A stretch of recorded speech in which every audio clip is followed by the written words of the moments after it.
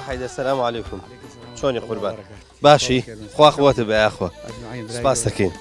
تۆزە دانیشین دەکرێت دانیشن وانە چۆنی قوربان دەنگ و باس شکر بەخوای گەورە لەخوا بەزێەوە یاڕەبی خوا قووەتان بە ئەجمعین قوربانت برای گەورە یاخوا بەخێر بن. تۆ پێم بڵێ ئێستا تۆ خەریکی چیت؟ خەری شووتی خەوان شووتی خەواندە. ئێوە خۆتان شامی پێڵن؟ ئێمە شووتی شامی پێڵن ئێوە شووتی پێڵن. باشە ئێستا وەختی ئەوەیە کە بیخەوێنیت شەوەکیەوە دەوری بڕکەکە پاکەینەوە دووش لە خۆڵی خەینە سەر و بەردەمی بەربڕەکەین و کیمیایی پێدەین پوت.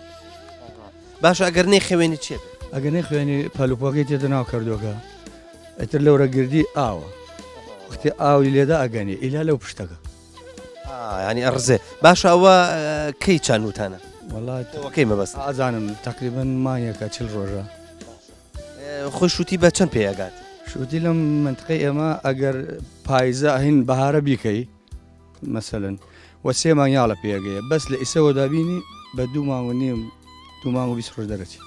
ینی ئێوە جار بابزانم ئەرزەکانی بۆ شووتی چۆن؟ ئەرزەکان ئێمە ماشەڵڵا خێر و بەرەکەت هەر لە هەشتاگان و ئێمە خەڵکی وابوو نییە ئەم دێ لە شووتی زیاتر هیچی ناکە خەڵکی ئایلەی گەورەش هەر بە شووتی ئەژێ.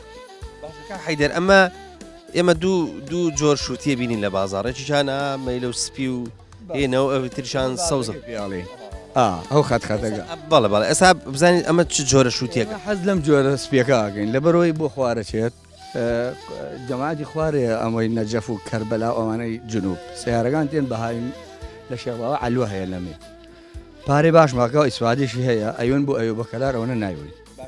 ئێوە ئەم تۆوە ساڵانە گرن یاخۆ دەبێ بکڕن سبحانەڵڵا ئەگەر خۆمان بێگرین ئەو بەرەوە هین قوتیەکەی وەکۆمە نایگرین پاکێتێک 100 گرامی بە 7,000 ناسەندی. باشە شووتی جگە لەوەی کە دەبێ ئاوی بیت و ئەوانە چیتری خزمەت چییە؟ خزمەت دەرمانیش زەڕورە لەبەرەوەی حەشەرات پێ کاتێ ئاوها بێت بچووک بێ ئێوەژین مێشولە پەخشە مێشولە قەبی پێ بکە دوایی نیە یا ڕقە دەرەچێ یا خراپ دەرەچێت ئاساش ماشەڵا مێشولێ زۆر لێ هەیە ئێمە مکافحاکەین دەرمانەکەین ئارەوەلا. وتر الحەمدوللا ئەرزەکان بۆ شووتی باشن لە هێندێک شوێن ماشەڵا ڕەحمەت خوایە لە هێندێک هاوتە تەڕ قومی هاتیە دەهلای ئارەوەلۆک ڕقەزەین. باشە لە هەندێک شوێنە بینین لایلۆن لە سەریدانێ ئەوە مغەڵتی پێژن ئێمە سەمای ناگەین تەکلیفی زۆرە.